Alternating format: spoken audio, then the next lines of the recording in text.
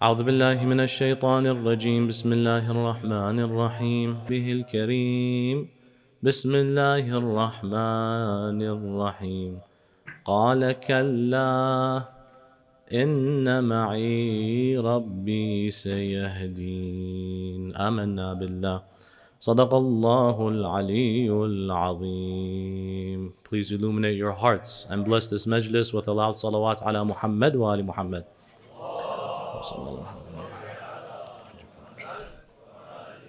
A second salawat in honor of Imam Amir al-Mu'mineen Ali ibn Abi Talib. Allahumma salli ala Muhammad. A third with your loudest voices in honor of Sayyidi wa Mawlai Sayyid al-Shuhada with your loudest of voices. Allahumma salli ala Muhammad. Respected brothers and sisters, Assalamu alaikum wa rahmatullahi wa barakatuh. For centuries, the plight of the Shia has been one of severe persecution and killing and perish, but it ends up being the case that the Shia end with being the victors. And the secret is very clear, that we, alhamdulillah, have seen the likes such as Al-Mutawakkil Al-Abbasi, Yazid ibn Muawiyah, Muawiyah ibn Abi Sufyan, Banu al-Abbas, and after them we've seen the plight of people many of us haven't studied in Islamic history. The Salajika, the Seljuks, who destroyed and burnt Baghdad to the ground because they were Shia and destroyed Sheikh al-Tusi's library. It is said that they turned the Furat black from how many books they threw inside that we've lost. One of them is called Madinat al-Ilm of Sheikh al-Tusi. It is larger than Bihar al-Anwar, according to Al-Majlisi himself, who cites Madinat al-Ilm of Sheikh al-Tusi. We lost all of this. Beyond that, we had people like Salah ad-Din, who was championed in the other narratives, Al-Ayyubi, who found it normal to kill the Shia in Al-Azhar University in Cairo because they were of a different sect. Bloodbath of the Shia. Sulaiman, that is known as the Magnificent, in the 16th or so century, Sulaiman of the Ottoman Empire made it a habit and a decree: find me 1,000 of those who call themselves Shia daily to slaughter. Up until recently, you might have seen someone like Abdul Rahman Khan, who, if you've ever studied the history of Shia in Afghanistan, and it should concern you, the Shia don't only exist in Iraq, Lebanon, Iran, millions exist in India, Pakistan, and then you have Afghanistan, Al-Mantaqa al-Sharqiyya, you got the Gulf countries. Shia Amir al-Mu'mineen are everywhere. Abdul Rahman Khan, in the 19th century, made it actually a state policy. If the name is Ali, Hassan, Hussein, idhbah, slaughter. Hazara, Shia were persecuted because of their madhab and their sect. The likes such as Saddam al-La'in, and then recently Al-Qaeda, Boko Haram, riffraffs that come out of the blue, and they hijack this deen in many ways. And one of their main and biggest purpose and agenda is to kill and persecute the Shia. A group that has seen this much persecution and this much plight, how is it possible they survive and they end up being the biggest superpowers, bringing down superpowers despite being a persecuted minority? Any group that's persecuted to this degree would have vanished, would have been evaporated from history. Look at Al-Waqifah. This was a splinter group that emerged. They vanished. Mu'tazila, this worldview, has vanished. Look at many of the sects that came post the passing of the Holy Prophet of Islam. They didn't survive. Some might say, well, the secret sauce, if it's with the Shia, that secret sauce is with the non-Shia, because they're the majority. Is that truly the case, though? And because they're the victors? No, not really. Because there's a beautiful quote, Al-Madhhab ma'a man ghalab. Al-Madhhab ma'a man ghalab. That the main sect of society and ummah is with whoever is the victor at the end of the day. Or you think you're going to try to be a follower of a different worldview than the royal class? That's impossible. You can't make that call. If the law says it is binding by law to pray a certain way and to praise certain people and to condemn other people. The Muwatta of Malik ibn Anas. Malik is the Imam of one of the major four Sunni schools of thought. Malik ibn Anas, famously known for having the opinion that as a Muslim you pray with your hands to the side, just like us as the followers of Ahlul Bayt. He has a book called the Muwatta, just like how, for example, Ahmad ibn Hanbal, the Imam of the Hanbalis, has his famous Musnad Ahmad ibn Hanbal, and the other Imams of Ahlul Sunnah, the main archetypes, the Mujtahids, they have their own literature. Malik has a book called the Muwatta. This Muwatta was commissioned by Abu Ja'far al-Mansur al-Diwaniqi. Abu Ja'far al-Mansur al-Diwaniqi is a Khalifa, known for poisoning your Imam al-Sadiq alayhi salam, of course. Well, what else can the Khalifa do? He goes and says, I need a chief judge of the Ummah. I begun the process of making a constitution. And this would be technically the first constitution Islamic nations would see outside of the Holy Quran. And so I need a chief judge. He goes and brings Malik. Malik is a scholar. And when he brings Malik, he commissions him, Ya Malik, you are to write for me a constitution, وَوَطِّئْهُ لِلنَّاسِ, and make it easily accessible to people. He wrote his Muwatta of Malik. What does this have to do with anything? The conditions in terms of writing the constitution is that Jannibni, read, Jannibni Shada'ida Ali ibn Abi Talib. This book has not one hadith by Imam Ali ibn Abi Talib. It's a book of ahadith, of fatwas, of rulings, of Islamic law, of jurisprudence, of theology, of ilm al-kalam, of your spirituality, of your relationship, jurisprudentially, all ahadith. Abu Hurairah, Anas bin Malik, and you got others, and you have not one by Imam Ali ibn Abi Talib. Why? His ahadith are too hard to follow. Jannibni shada'id, the hard ahadith of Ali ibn Abi Talib. Okay, fine. Avoid his ahadith. But are all his ahadith hard to follow? It's clearly agenda fueled. That you are the ruler, and as a result, you can decide what you want published. This is an old example. When you raise a generation in the back, in the times, in classical periods, not knowing a single hadith by Imam Ali, it's normal for them to grow up thinking you follow a different sect by claiming you follow Imam Ali ibn Abi Talib. Isn't that a crime against humanity? Ali doesn't have a single narration you find worthy to include. What about later on? Later on we had this similar situation. Saddam al-La'in. Saddam would not allow, those in Iraq, those who know. Saddam would not allow a publishing house to push for books and literature that have a different worldview than his. La'ina said, why do you care about the books being published? Unless you know what you believe in is not true. And that the truth, if it comes, it brings you and your power at risk. Al-Shaheed, Sayyid Muhammad Baqir Sadr, his Minhaj al-Salihin was illegal to own. My father says that whenever we wanted to read the fiqh rulings of a Sayyid al-Shaheed Muhammad Baqir Sadr, so he's our marja, I just want to know what happens if I break my hand and I want to do wudu, but I have a cast. Do I go over? Do I go around? I don't know. He's like, because it's illegal to own his book, it's illegal. What we did is, at the end of the day, our neck is in the hands of the faqih, because we're a jahil, we refer back to the alim. So what do we do in this case? Do we just avoid? Do we just capitulate? Do we just accept his madhab? Many would, because I have my life at stake over some ahkam fiqhiyya. Forget about it then. But what my father says and a bunch of ulama would do is that we would bury it in the backyard. We have a backyard, we dig a hole, we put a book of Islamic law, the Risala Amaliyya, bury it. Whenever we had a question, we had to have to get a shovel, dig it up and read. If you are on top and control the decision making as per people's life and their relationship with their Lord, then naturally that's going to end up being the standard. That doesn't mean you won. That means you took control unprincipledly. You had no principles. You forced it. We could have done the same thing. But the thing is, we're principled. And don't let others tell you that you are weak for the ways you fight back. What do you mean? Because the way they fight you back is they hit your people directly and the innocents directly, and they hit your schools directly.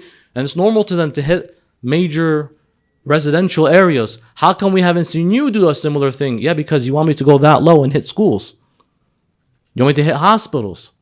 You want me to hit homes, residentials. You want me to do that? I could do that. I could play the dirty game as well. I could be that way. But the reason I hate you is because that's not me.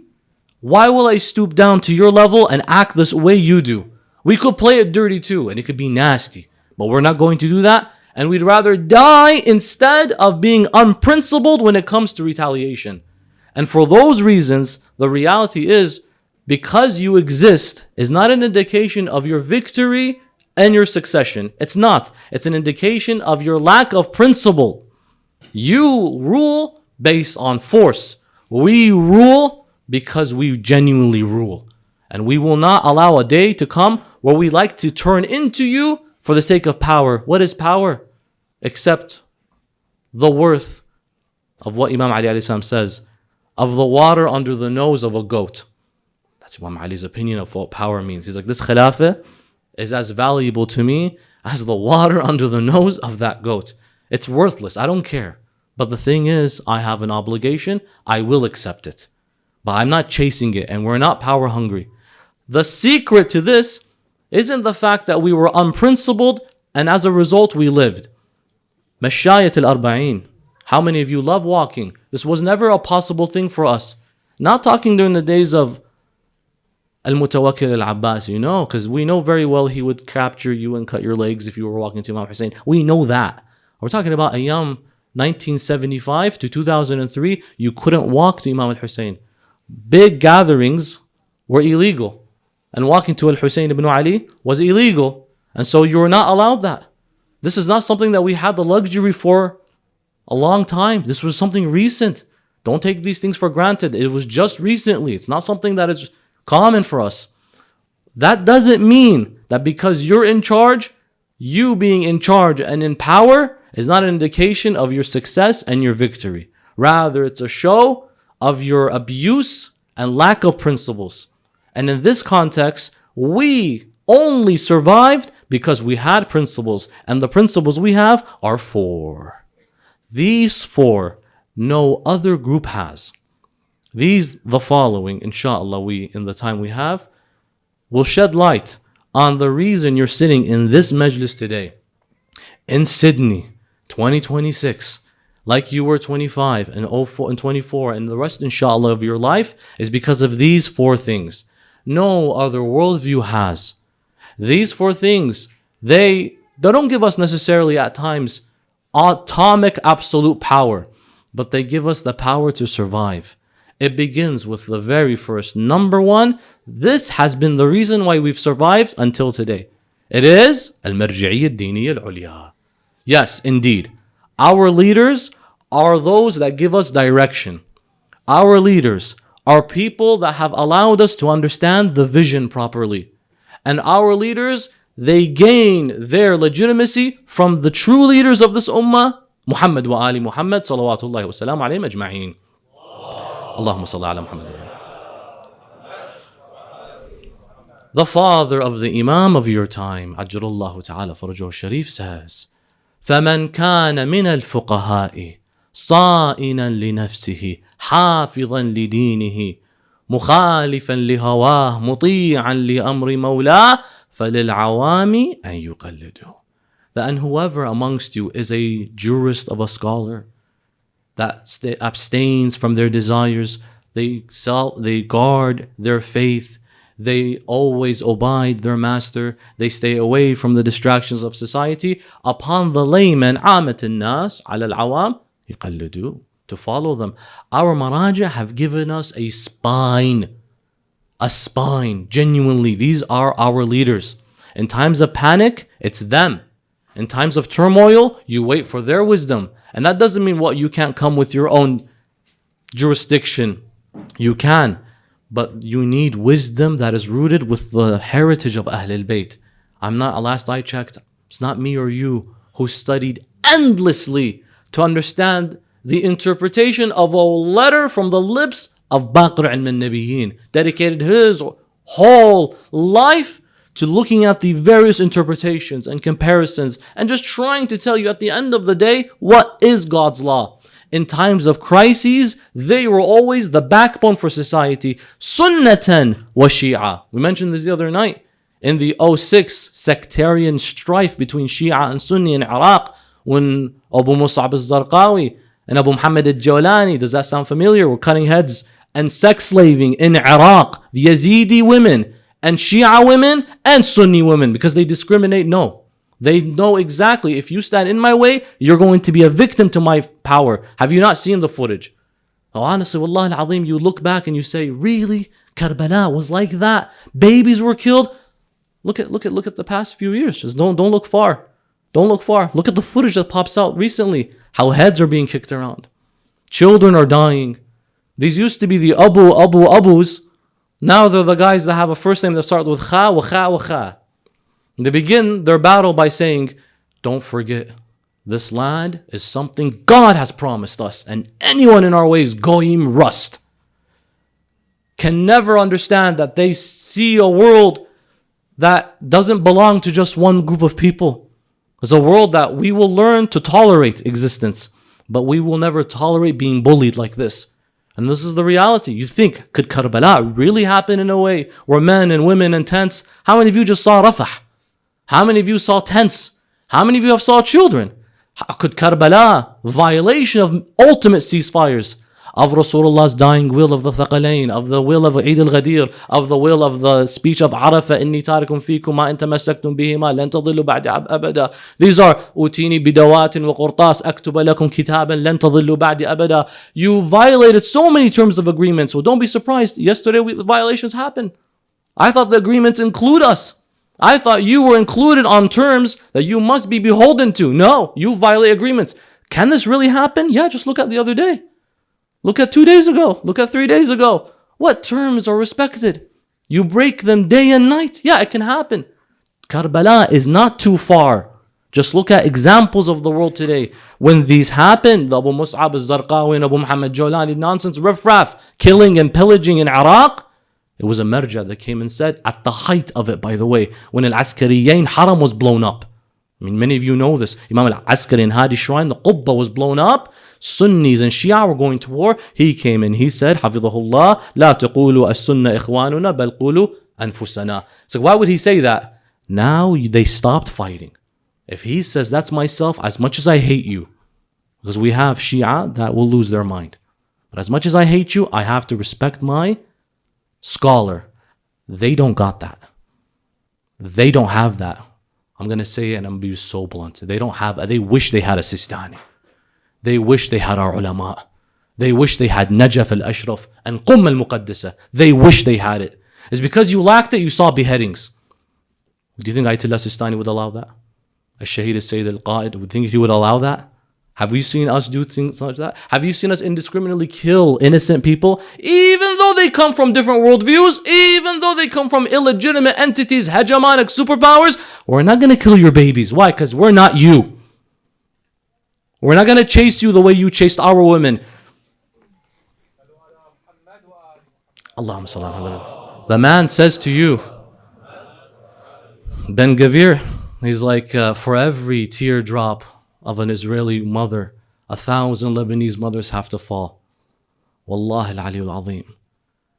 You try to bring it to the case of mothers? I thought you were a man. I thought you were a man. But no, you're more focused on chasing mothers. You're more interested on going after women. How about you be a man? You'd like to talk the big talk. How about you be a man? Not 1,000 moms from Lebanon. La. I want you to go face one of them. Some of the shabab were like, yeah, tell me about it. No, I want you to go face one of them. I say that to her face. Because when that tank comes by, and it's this lady with her abaya Zainabiyya who stands in front of it like this, and the tank doesn't dare move it one more. Because what it sees in front is a lady that will not bend to pressure. For every tear, I want to make 1,000 cry. What did you forget? Did you forget that it's the tears in Karbala and in Ashura that made us stronger? We will cry. And we will cry for Abi Abdullah. And these give us our strength. To you, I feel sorry for you. Because it's not that we avoid crying. It's because of the tears that we've made and shed during Majlis al-Hussein, which is point number 2. That's made us strong. Majalis al-Hussein. Number one, Marja'iyya Dini al-Ulya gave us the vision. Number three, Majlis al-Hussein gave us the fire. Number two, Majlis al-Hussein gave us the fire. Number one, Marja'iyya gave us vision. Number two, Majlis al-Hussein gave us the flame to pursue, to resist. And these are two things they don't have. They wish they had Majlis al-Hussein. Just like how they wish they had Najaf al-Ashraf. Because when times get tough, where do you run to except the Red Sea? Where do you go and escape to except the mountains of Uhud? Where do you run away from? We fall back on the spine known as Sayyid al-Shuhada. Majlis al-Hussein has kept us alive. Persecute us. Wherever we go, we have a Husayniyya of Aba Abdullah. I remember my father even says, I was invited to Alaska in 2003. There is a city called Haidar in Alaska. Look it up, Haidar, Alaska. In Haidar, Alaska, it's the pole of the earth. There's a Husayniyya called Husayniyya to Sayyidah Zahra alayhi salam. And we recited Majlis as-Siddiq al-Tahira in the tip pole of the planet, remembering Aba Abdullah. You got 50 states in America. All of these states have not one, many majalis of Aba Abdullah. There are more Lebanese probably in Brazil than there are in Lebanon. And all of them are gathering right now in their Husayniyat. In India, there are more Muslim Shia, arguably, than there are in Lebanon and in Iraq potentially. India's in the billions, mashallah. The Shia are also very much there. In Iran, in Azerbaijan, in Russia, in China even, Malaysia, in the very south of Down Under, as you all can clearly see.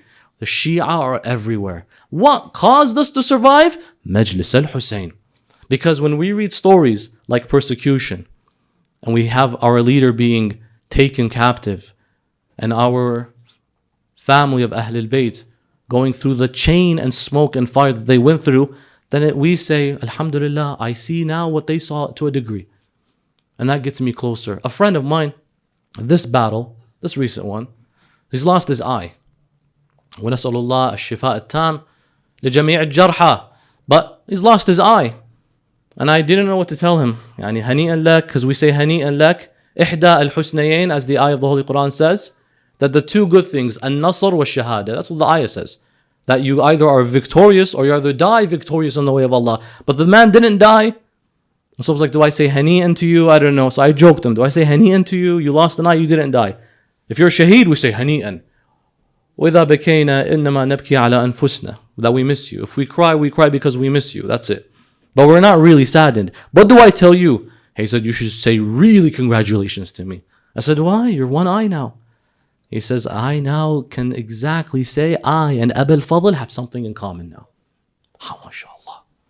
Me and Abu al-Fadl Abbas, even though he had one eye for just a few minutes of his life, I can tell my friends and family, you know Abu al-Fadl, how he lost his eye? That's me too.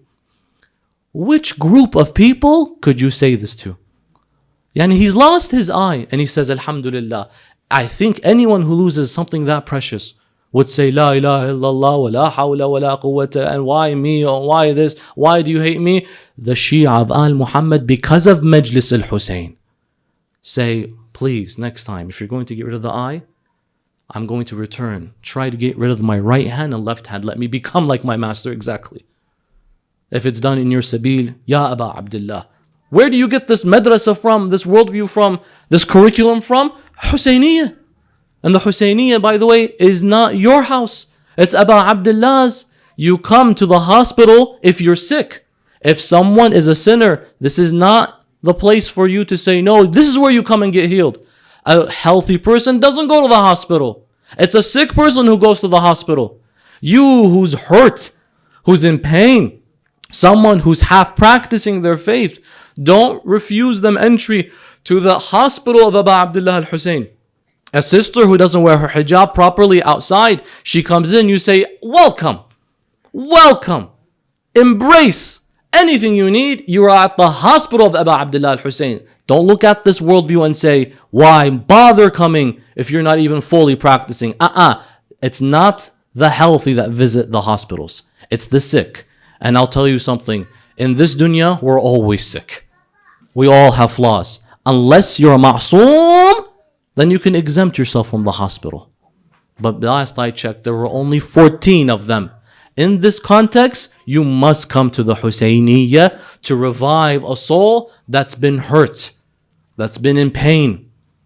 And Majlis al-Husayn has what caused our survival. Number 2. Number 3, I'm going to say it. And it's not going to maybe be positive to some people who are very frugal, but khums has kept us alive.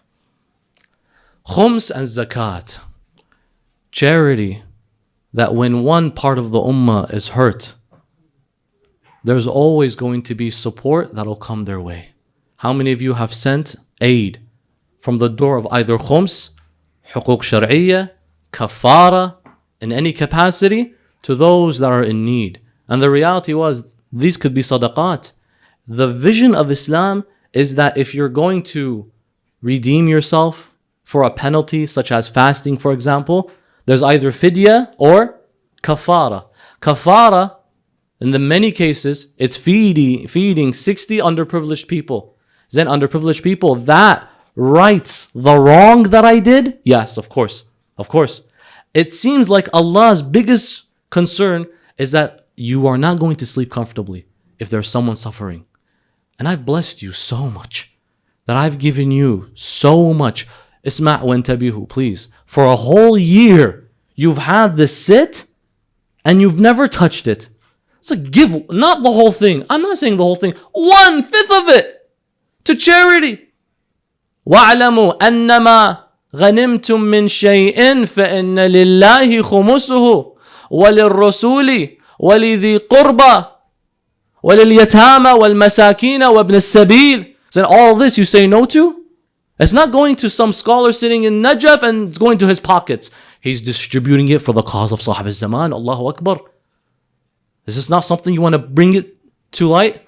When the Shajar al-Tayyiba school in Minab, that's still haunting you today, 180 girls killed in one moment, Sayyid al-Sistani the next day issued full care to rebuild that school and completely sponsored it. Totally. No one reports about this, by the way. No one talks about this. He completely reconstructed the school. A Sayyid sitting somewhere in Najaf al-Ashraf. That when I see tragedy happening, then these funds go. In 2014, when Abu Muhammad al-Jalani, when he wears a tie, you somehow forget that he cut off heads. Somehow forget that this man was drinking blood every single day. We forgot about it. He puts on a green tie, we forget about it. I'm not going to forget. Those kids are not going to forget. Allah's not going to forget. They say, Al-Islam yujubbu amma salaf, wa as if you've entered Islam. The man buries babies alive and says, because he became Muslim, you have to forgive and forget. Allah didn't forget. Bismillah ar-Rahman ar-Rahim. وَإِذَا الْمَوْءُودَةُ سُئِلَتْ بِأَيِّ ذَنْبٍ قُتِلَتْ. And when the child will ask on the day of judgment, the infant girl, for what crime was I killed? It's like, but we forgave you. But Allah says, I didn't forget though. I'm not going to forget what you did in Iraq, what you did to lovers of Ahlul Bayt. In this context and in this reality, when Yazidi women were taken like captives, like slaves and dogs that you brought them through, those are my women. Those are our women. Those are the women of society. وَأَعْلَمْ يَا مَالِكَ أَنَّ النَّاسَ صِنْفَانِ أَمَّا أَخٌ لَكَ فِي الدِّينِ أَوْ نَظِيرٌ لَكَ فِي الْخَلْقِ. That's my nadhir fil khalq. What are you doing? It doesn't matter to you. They're Yazidi women. Let them be dogs. I don't care. What are you doing? Those are human beings being chained, being whipped, being sold to the highest bidder. What madrasa is this? It's not one that has a marji'iyya. It's not one that has Majlis al-Husayn. It's your worldview that wants to kill marji'iyya and Majlis al-Husayn. And we're not going to stop. When that happened, Samat Ayatollah Sayyid Sistani and Samat Ayatollah Sayyid al-Qa'id al-Shaheed Radwanullahi ta'ala alayh sent the Hawza pension to these women and gave them ratib every single week. Some of them are still benefiting from it today. Coming to Najaf as a home. Come. Ali ibn Abi Talib's your house. In Mosul it got dangerous. In Tikrit it got dangerous. In Halab it got dangerous. Ali ibn Abi Talib's your house. Come, come, come. Come to Babu Madinatu Ilmi Rasulillah. Open the door, close it. Wallah, the monster won't catch you. Don't worry. Ali's going to protect you. Ay wallah. And one Ali protected us until he gave his life. May Allah preserve the other Ali. But one Ali goes, the other Ali goes. We have Ali ibn Abi Talib. Allahumma salli ala. Don't worry. Don't worry. Ali ibn Abi Talib got you. Just enter the gate. The monsters won't chase you anymore. Amir al-Mu'mineen is here. Saddam shot his dome. But what do you think happened to Saddam except turned into kebab for dogs later on? These are reminders to you and I that in a world where you actually give, ya hadhi, give. If you don't give to al-yatama, wa ibn as-sabil, wal masakin, walidhi al-qurba, walillah, who's going to give, huh? Who's going to give? Allah's blessed you. It's sitting for a year. What are you doing with it?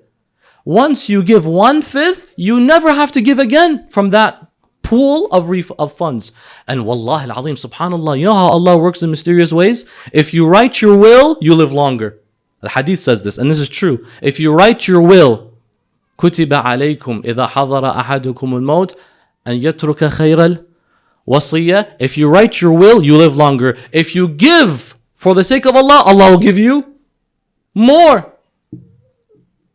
Allah's rahmah is if you give me 1, I'll give you not 10, not 20, 700% return investment. Why 700?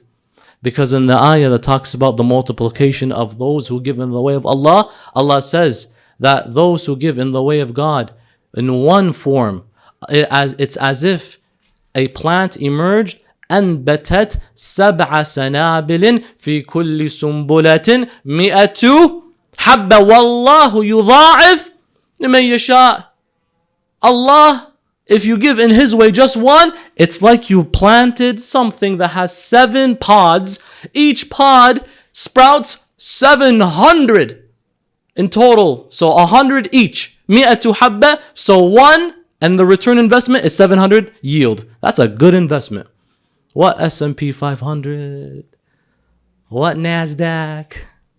What Bitcoin? That's you get 3% by the end of that, some of these ones.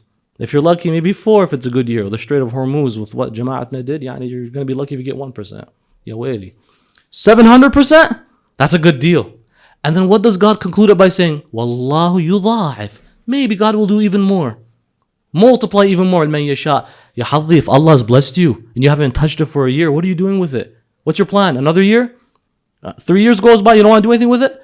Give, but I don't want to lose. I'm saving. Allah's going to give. Did you not believe in what God said? I'll give you more.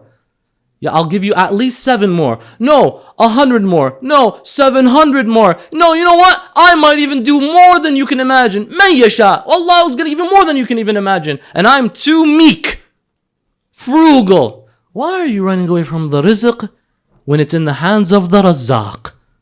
This has kept us alive. I say it so blunt. Because some people get scared by the K word.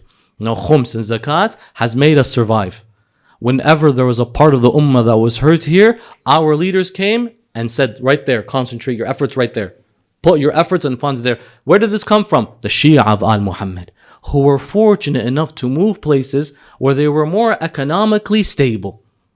Then what's my taklif now? When now I'm more economically stable. I don't think any one of us doesn't have a family member struggling. Family member back home. Sallu ala Muhammad wa ali Muhammad. Shiluha, hai mako da'i. Shiluha. We're going to put that for sale, this car. Ahsantum. Sallu ala Muhammad wa ali Muhammad. One time that happened and it was my car. So I was like, what do I do? Do I give the key? Do I go? Allah, I don't know. It's okay, khair, inshallah. These have been 3. You have the leadership faculty.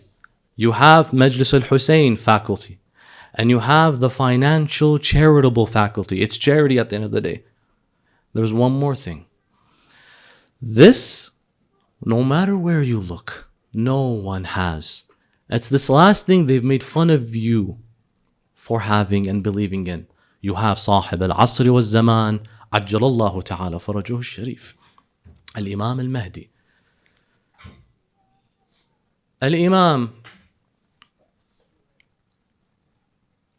it's a miracle we're still alive today. Ma'ajiz, karamat, on how we've managed to survive. Unless we had the hand of God working in this dunya with us. Talk to some of the wonderful members who are facing the greatest evil in this dunya. They will tell you, Wallah, it's miracles that we've seen out there. We should have been destroyed. We were given a push divinely. Someone aided us. Someone helped us. We were given guidance, inspiration, ilham. A degree of revelation sparkled upon us. Where did that come from? You have an imam. Irrespective of how many maraja', because at the end of the day, I'll say it in this interesting way. The marja' needs a marja' himself, but not for ahkam fiqhiyah, for support spiritually. And his referral is Imam al-Mahdi. He says it. He says it. فأما الحوادث الواقعة فارجعوا فيها إلى روات حديثنا فإنهم حجتي عليكم. They are my proofs upon you. But I thought you were the hujjah upon us. Imam says there's a level between me and you. And those are the fuqaha. Definitely, and they deserve. Then who are you the hujjah to, ya sahib al-zaman? وَأَنَا حُجَّةَ اللَّهِ. And I am the proof of Allah upon them. So it goes, Imam of our time, to the ulama and the fuqaha and those who have strived intellectually for the way of Allah Azza wa Jal. Then it goes to us. His proof is to them. Their proof is to us. The Imam at the end of the day is the reason we've managed to survive. Al-Mutawakkil, Muawiyah, Yazid, Banu al-Abbas, Banu Umayyah, the Ottomans, Salah ad-Din, Sulaiman, Salajika, the Seljuks, Saddam, Abdul Rahman Khan, Abu Mus'ab al-Zarqawi. That one guy who put on a tie and the whole world forgot about him. We survive all this and will continue to survive, by the way. The Goliath sitting next door is not even a Goliath. Weaker than that spider's web. Really weak. Nothing. The world is turning against, thinking that, wait a minute, hold on. What are you talking about?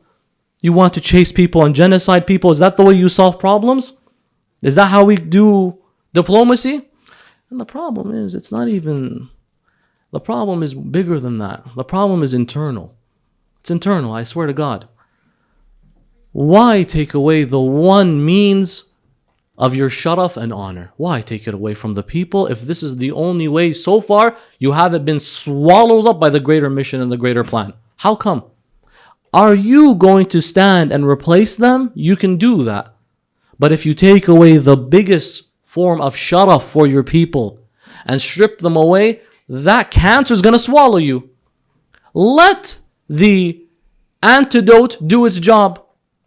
The antibodies right there, let them do the job. Ish, if you're not going to do it yourself. I thought you heard the statement by Ben Gavir, or whatever the heck that riffraff's name is. And it's very clear that I want 1,000 of your women to cry. The thing is, he didn't say 1,000 Shia women, 1,000 Lebanese mothers to cry. Enta ya hadhi. Sitting down thinking that, listen, I'm just going to strip my own people away from the only means that we haven't gotten swallowed up. The only reason we haven't gotten eaten up by the cancer next door. I want to take that away. Adri, who do you work for? Your people or the guy that says, I want to make your women cry? You have your mind in the right place or no? Who do you represent? How long do you expect to be here? This dunya is limited, man. Wake up. No one agrees to this idea of the nonsense such as let them hit us as much as they want and let us take away the only means to defend ourselves. By all means, are you going to step in? No, I'm not. Then the incompetence is oozing from every pore of your body. There was a time that we were very proud of leadership that we saw, diplomatically speaking. And it can happen, and it's going to happen. One day they come, another day they go, but the honor of the people stay. Because our shuhada, you forgot that when you buried them, that they were seeds. They just grew again and again and again. And a generation will continue to grow. Our kids will continue to grow. And remember that we have the greatest warriors that come back to these four. That it's our maraja and leaders that give us the vision. It's the charity that other mu'mineen will always promise to give back and aid in times of difficulty, that'll give us a feet to stand on. Give us feet to stand on. You have a vision. You want to stand on that vision. Majlis al-Hussein, that gives us the fire to continue standing. And at the end of it, an imam that says, even if you fall, I will always protect you. The imam that's there. The imam that's watching. The imam that is hurt from when we are hurt. This vision totally can be demonstrated in one man. You could say, Mawlana, we're not even ma'soomeen. We're not people that can take Karbala and represent it 100%. We're going to have faults. Then why look for the ma'soom when you can look at the ma'soom's representative who showcased that I'm not ma'soom myself. But when my imam says go, I say, how far do you want me to go? Ya Sayyidi Mawlai, Wakil, Safir, Aba Abdullah, Muslim ibn Aqil ibn Abi Talib. Muslim ibn Aqil, I want the shabab in the back over there. أظل الثنان انتبهوا لي نبههم. I want everyone's attention because the following individual is someone very underappreciated. Why? Because Muslim is not a ma'soom. But there's something about a man who when the ma'soom says, you are my brother, my trustworthy, and the most reliable of my Ahl al-Bayt. Muslim ibn Aqil is a cousin and a brother-in-law to Imam al-Hussein alayhi salam. Cousin and brother-in-law. Because Muslim ibn Aqil ibn Abi Talib marries Sayyid al-Shuhada's sister. He is the son-in-law of Ali ibn Abi Talib. Imagine you have a father-in-law like Amir al-Mu'mineen. You have to be in good character. And he marries Ruqayya, daughter of Ali. Imam Ali had a daughter called Ruqayya. Imam Hussein's sister. And he has from her a number of children. Muhammed, Ibrahim, Hamida. He has these beautiful children. Muslim, we know him only in Kufa. But I want you to look at his stride. Look at his perseverance. Look at how he endures trouble, yet not being a ma'soom. In the world today, we've seen many Muslims. Because not only do they resist, they're also wukala of the imam of their time. How? Here's what happens. Muslim shows us his presence in the battle of Siffin before the battles in Kufa. In Siffin, you know the story very well. Muawiyah ibn Abi Sufyan is seeing Imam Ali ibn Abi Talib getting closer to the side of the opposition. Muawiyah says, Amr ibn al-As, what do we do? He says, it's not easy when that man is fighting.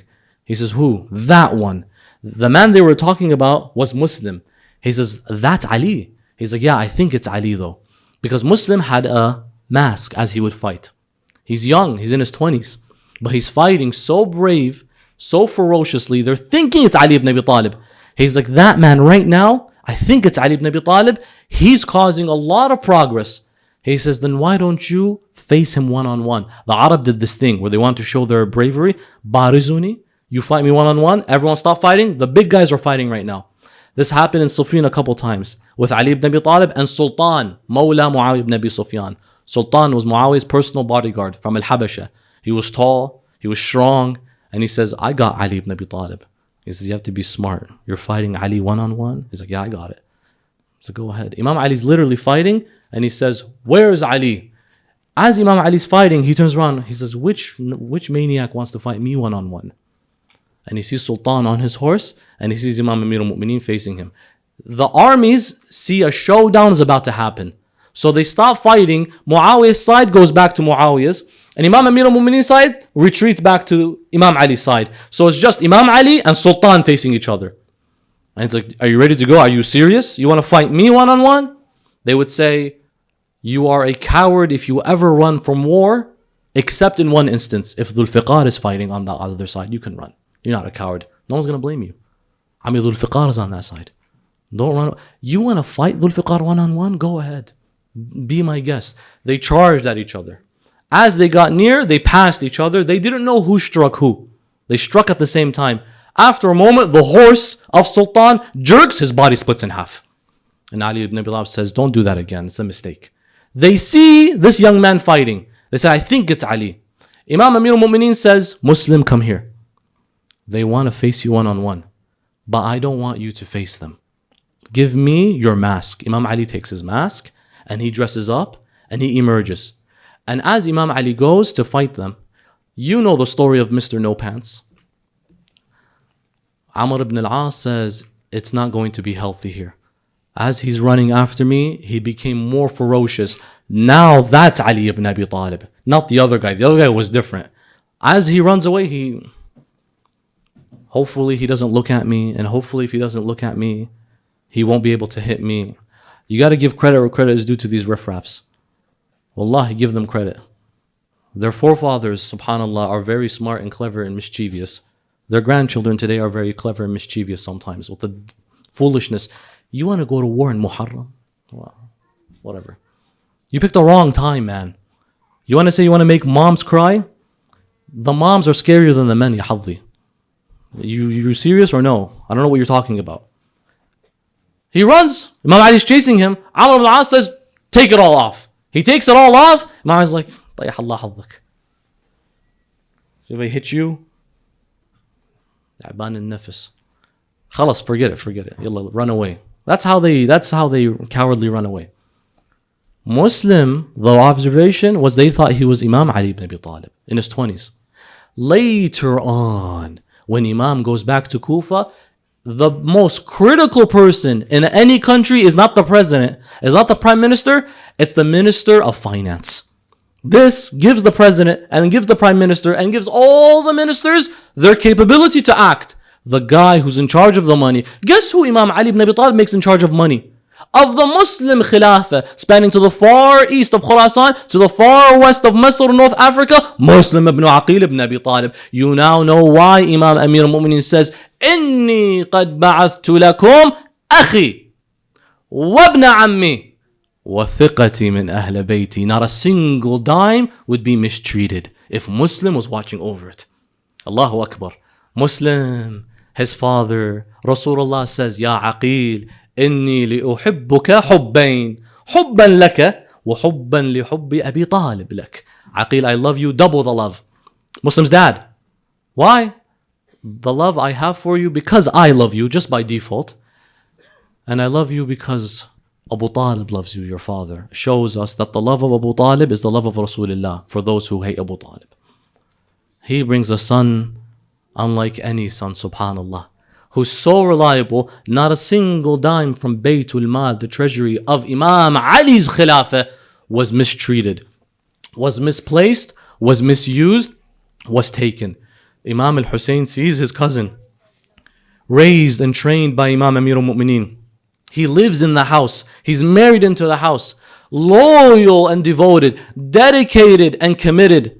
He has passion and compassion to the call of the wilayah of Imam Amir al-Mu'mineen, such that when 12,000, according to ahadith, 10 to 12,000 letters from Kufa came to Medina, saying, Ya Hussein ibn Ali, we, Ahl Kufa, want you to come be our Amir. Please come and rule over us. And maybe with your power, Ya Hussein, we can bring this ummah to better futures. Yazid, that man, شارب للخمر معلن بالفسق والفجور لاعب بالفهود والقرود, has changed the sunnah of Rasulullah. Ya Hussein, come to Kufa and accept. Abu Abdullah, like any reasonable leader, says, I have to verify these claims. So I send to you, O people of Kufa, Akhi. He's his cousin. Why does he call him my brother? This man, it's beautiful in life. I want your attention in this one point. There are some people in your life, they're not your brother, but wallah, they could be like your brother. Jameel an yakun lak akh huwa habibak. It's beautiful that you could have a brother that's your lover. Love your brother, man. Love your sister. That's your priority. لكن الأجمل أن يكون لك حبيب هو أخيك. But what's more lovely is when you have someone you love, they become your brother. That's why if you don't have a brother or a sister, you go make one. Go find one. And you know the criteria, what it should be? The love of Muhammad and al Muhammad. That should be the criteria. Imam al-Hussein says, you know how you have that one bro in your life who's not really related to you, but it's like a sin if you say that's not my bro. That sister, she's not really your biological sister, but she stood with you in ways other family would never stand with you. That's my sister. But she's not, that's my sister. That lady, she could be like your mom at this point. That man, he basically raised me. He's like my father. I don't care. Do you know who this was for Aba Abdullah, Gharib Karbala, Muslim ibn Aqil? That's his best friend. That's his friend growing up. That's his brother-in-law. That's his cousin. He dispatches him. Muslim leaves with 2 people. On their way, these 2 die of thirst. On the way to Kufa, Muslim ibn Aqil, I want you to see. Look at how he perseveres. Why does he make it? Because he has a merja called Aba Abdullah al-Hussein, who has a spine in such a spineless world today. And back then, he writes, Sayyidi wa Mawlai, Aba Abdullah, Assalamu alayka, wa ala ruhika, wa badanika al-tahira. My 2 companions have died, but I will continue to persevere. He continues. He enters Kufa. As he enters Kufa, and Nu'man bin Bashir, the Emir of Kufa essentially, was sacked by Yazid through the orders of Ibn Ziyad. He comes in and he takes over Kufa. Ibn Ziyad chilling in Basra, comes into Kufa, and then the people are expecting Imam al-Hussein. And Ibn Ziyad comes in mulatham, concealing his face. People thought he was Imam al-Hussein. And so they received him. With a few of the soldiers Ibn Ziyad brought with from Basra, he got rid of Nu'man bin Bashir and he made his place in Qasr al-Imara inside the palace of Kufa. You can still see Qasr al-Imara today. Some bricks remain, subhanAllah, from the masjid. Go ziyarah, that's why it's so important. You hear all these stories, now you see these stories. Brothers and sisters, go. For your sister, for your brother, for your sons and daughters. It's a different deal just hearing the masa'ib. It's another deal living the masa'ib. Go and try, inshallah, Allah gives you tawfiq. As Ibn Ziyad takes over, Muslim ibn Aqil, one hadith says, he started off with about 300 potential supporters helping him. These are those who wrote. This from 12,000. Ibn Ziyad comes, he imprisons, he does 3 things. Either he kills, or he imprisons, or he excommunicates. He imprisoned the likes such as Maytham, Mukhtar Thaqafi. He kills such as Hani. He goes and imprisons and excommunicates a number of them. And so where were those supporters? They were killed. Kunas, a square in Kufa, he brought all those who wrote letters, because you can track who writes a letter. They keep a record. They go to their house. They bring the man. In Kunas, a square of Kufa, they beheaded every single one of them. They say to you, Kufa, where were they? They betrayed Imam Hussein. I say to you, where was Mecca? Where was Medina? Last I checked, Abdullah bin Umar ibn al-Khattab gave bay'ah to Yazid ibn Muawiyah. Where were they? You talk about Kufa, where were they? Ahl Kufa are good people. People of Kufa sent Imam Hussein letters, come and join us. Imam Amir al-Mu'mineen changes the capital from Medina to Kufa. Kufa is special. Don't let propaganda tell you, Ahl Kufa Shia qatlu al-Hussein. La hasha. How? Habib ibn Mudahir. You got Muslim ibn Awsaja. These are all Kufans. They fought with Imam Hussein until they were killed. In this case, Muslim ibn Aqil sees that the plan is tricky. Ibn Ziyad took over. The letters that they sent are difficult to manage now because the owners have been killed. Some of them are in jail. And then Ibn Ziyad is a good friend of Hani bin Urwa. And he's going to pay him a visit. And Muslim ibn Aqil is told, here's the idea, ya Muslim. Hani is a Sahabi, he's a narrator of hadith of Ghadir. He's a hafiz of the Quran. He's a scholar. He's not just a joke. You hear his name. Visit his qabr. Some people go to his darih and they don't know a story. He's a wali min awliya of Allah Azza wa Jal. Ridwanullahi ta'ala alayh. He goes to his house. Hani's a shaykh, shayyaba, azim. He says, ya Muslim, Ibn Ziyad's going to come in about an hour. See the curtain? Hide behind it.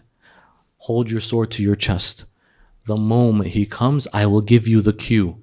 I'm going to say, maybe I want water. Or I'll take off my imamah and put it down. That's the cue for you to strike because his back is turned. Do that and end this ummah of this zalim, of this taghut. Muslim says, deal. Muslim, who when he fights Muawiyah thinks that's Ali ibn Abi Talib, hides behind the curtain and he starts reflecting, is this who I am? That I attack a man when he doesn't expect it, when he least expects it? Is that who I am? Ibn Ziyad comes. Hani's like, welcome, old friend, welcome. Water, food, fruit, what would you like? By the way, I'm thirsty. He's waiting for Muslim, nothing's happening. Maybe he didn't hear me. I'm thirsty. Ibn Ziyad's like, you're thirsty? Drink. He's like, let me remove my imamah. Muslim is not coming out. This is the problem. You've had this plan and he expects to hit him. Ibn Ziyad's like, I think you've gone crazy, old man. I'm going to leave. Ibn Ziyad leaves and Hani says, Muslim, we had a plan. Muslim ibn Aqil says, did you think that I was going to kill a man when his back was facing me? I was raised by Ali ibn Abi Talib in principle that the art of war is that you fight someone who attacks you. I don't want history books to write that I killed someone, cold blood murder, assassination when they least expected it. That's not a man's job. My job isn't to chase men when they're not expecting it, or to chase women when they're least expecting it. That's not going to work. I can't. I'm principled. In the moment where he could have been vicious, he stayed principled. Any one of us, who cares? Evil, go chase. A man of principle. We are principled. We could easily do what you're doing. We could easily be as low as you want us to go. We could actually be lower than you and more shrewd than you. But we are cut from a cloth of principles of Ali ibn Abi Talib, that there's a way to deal.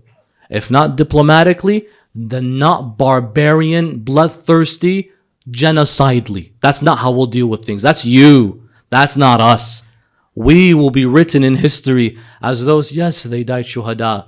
But last I checked, the shaheed is hayy with Allah, and you are dead with shaitan before you even met shaitan in the akhirah. Muslim ibn Aqil leaves the home. Hani ibn Urwa has to visit Ibn Ziyad now. He visits him, he has to visit him now. As he goes to the palace, Ibn Ziyad looks at Hani and he says, I know what you had in mind. And he says, what are you talking about? I was informed by my spies that I sent around that you're holding that man. Cough him up where he is. He's like, I don't know where he is. He's left. And genuinely he's left. They grabbed Hani. One hadith says they shackled him and they pulled him across the streets with rope. A man, a scholar, an alim, faqih, hafiz of the Quran, narrator, sahabi of Rasulullah, dragged from his beard across the streets and narrow streets of Kufa.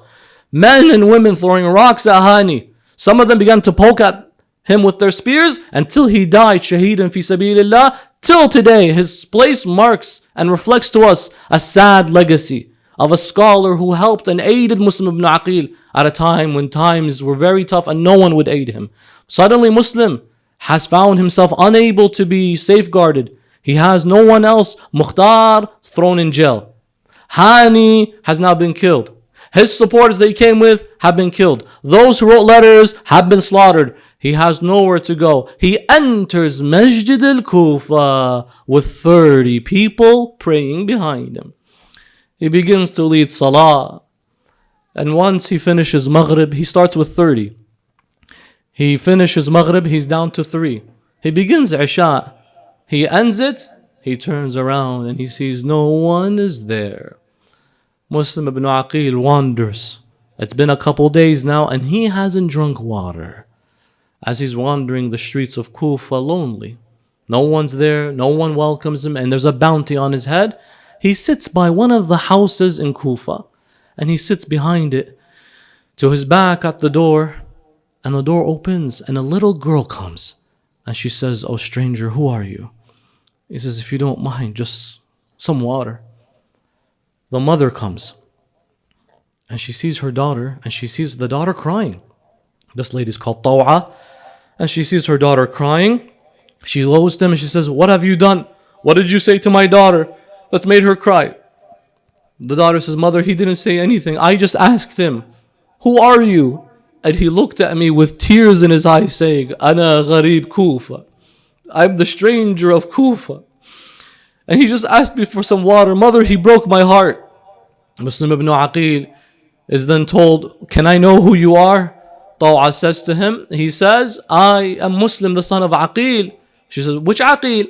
"Son of Abu Talib." She says, "You are the nephew of my Imam." She says, "And you're at my door." He says, "Indeed, Ali ibn Abi Talib is my uncle. Al-Hussein is my cousin. Fatima al-Zahra is from us. Rasulullah is from us." She says, "Please, let me give you not just water, my home is yours. But Ya Muslim, I need to let you know one thing. My son is a soldier with Ibn Ziyad. I can't guarantee your freedom, Ya Muslim." He says, "That's fine. Muslim ibn Aqil goes into the home. That night, Muslim, the hadith says, spent it all in salah, all in ibadah, all in dhikr and Quran. There was a moment, the narration says, one of the maqatil literature records, that he fell asleep for just a quick moment. And he saw in his sleep Rasulullah saying, Muslim will see you soon. Muslim was a sahabi of Rasulullah. He was 8 years old when Rasulullah died. He's a very, very close companion to the Holy Messenger and his family. Muslim will see you soon. Aqil, he sees his father. I'll see you soon. He sees Lady Zahra. It's going to be a few days. We will see you. And he sees his uncle Amir al-Mu'mineen. As Muslim ibn Aqil ibn Abi Talib continues his worship and his salat al-layl in the house of Taw'a, stranded alone in the land of Kufa, the son of Taw'a returns from searching long and day and night for Muslim ibn Aqil. As he enters the home of his mother, she says to him, "Oh my dear son, please do not be worried. We have a guest in this home. I insist that you do not go to him or trouble him." He says, "Mother, tell me of who the guest is. Perhaps it's the one I am searching for." She says, "I beg you, please, do not go to your leader Ibn Ziyad. This is the haram of Rasulullah in my home." The son goes back to Ibn Ziyad. Muslim ibn Aqil knows that his time is running out. He goes back to Taw'a and says to her, "I want to thank you for your hospitality and thank you for the time that you showed me. However, I also wish to apologize for any trouble that's going to happen near your home, because the forces of Ibn Ziyad are on their way." As they emerge, tens of them first come to face and meet him. Muslim ibn Aqil goes to face them and they begin fighting in the alleyways of Kufa. And then they realize that Muslim ibn Aqil is not someone you can face one-on-one. So one after the other, they come and chase him. With each of them, Muslim brings down, he calls out, "Allahu Akbar, La ilaha illallah." They go and they send report to Ibn Ziyad, bring about 100 more. Ibn Ziyad says, "Wayhakum, how come this is too much?" They said to him, "This is the nephew of Amir al-Mu'mineen. This is the product of Ali ibn Abi Talib. This is the son of the exterminators of the kuffar. This is not someone you fight one-on-one. Send all your forces at him." One after the other, some of them began to throw rocks from the roofs. Others began to shoot at him with their arrows. A couple of them hit him in his head. One of them from behind stabs Muslim ibn Aqil with his spear. They dig a trap in one of the narrow alleyways. Muslim ibn Aqil falls into it and they surround him. One of them begins to kick at him as he lay on the ground. Another one begins to raise his stones and throw it towards the back. One of them grabs Muslim ibn Aqil. The hadith mentions, "Ya mu'mineen, may Allah gives you patience." They take their knives and they try to lunge at the teeth of Muslim. La ilaha illallah. They take Muslim ibn Aqil to the palace of Ibn Ziyad and they have him on his knees in his shackles. This is the nephew of Amir al-Mu'mineen. Ibn Ziyad sitting on his throne says, "I will give you your final will. Tell me what it is you like." Muslim says, "If I die, bury me a Muslim death. Bury me on the Sharia of Rasulullah. And I have another desire. Tell Hussein not to come to Kufa. And my last dying wish, just some water, please." Ibn Ziyad says, "I will not give you a Islamic burial. I'll give you the worst one. As for your second wish, you will not have Hussein ever be informed. He will come and we will treat him worse than we treated you. And as for your last wish, fine, we can give you some water." They bring him a pail of water. As he tries to drink, blood falls into it. Muslim says, "I can't. They bring him another one. Another drop falls into it from how much بِأَبِي هُوَ وَأُمِّي they hurt him. They bring a third one, and then he says, it's as if Allah wants me to die like my beloved Aba Abdullah al-Hussein. غريب عطشان مظلوم بكربلاء. It's as if I have no chance of drinking water when Aba Abdullah will have no chance of drinking a drop of that water. They take Muslim ibn Aqil, ya mu'mineen, to the top of the palace of Ibn Ziyad. He then is standing. He says to them, please let me just do one more salah. I wish to pray before I leave. As he prays, as he finishes, they then push Muslim ibn Aqil from the top of the palace. He calls out, Assalamu alayka ya Aba Abdullah. Aba Abdullah al-Hussein stands up and he says, Wa alayka salam ya akhi Muslim, ya safiri wa wakili. He then goes to his daughter Hamida. He then brushes his hands over her head. She says, Ammi ya Hussein, have I become an orphan? He says, why do you say that? Because when Rasulullah said, when a child becomes a yatima, be gentle and touch her head. Aba Abdullah says, Ya Hamida, my daughters are now your sisters and I am now your father. Ya Aba Abdullah, Sukayna, Ruqayya became sisters to Hamida to help her when she became a yatima. Who was there for Sukayna and Ruqayya to help them on the day of Ashura? Ya mu'mineen, as Muslim fell, don't forget, he called out, Aywa Husayna. What did Aba Abdullah call out? Aywa Muslima.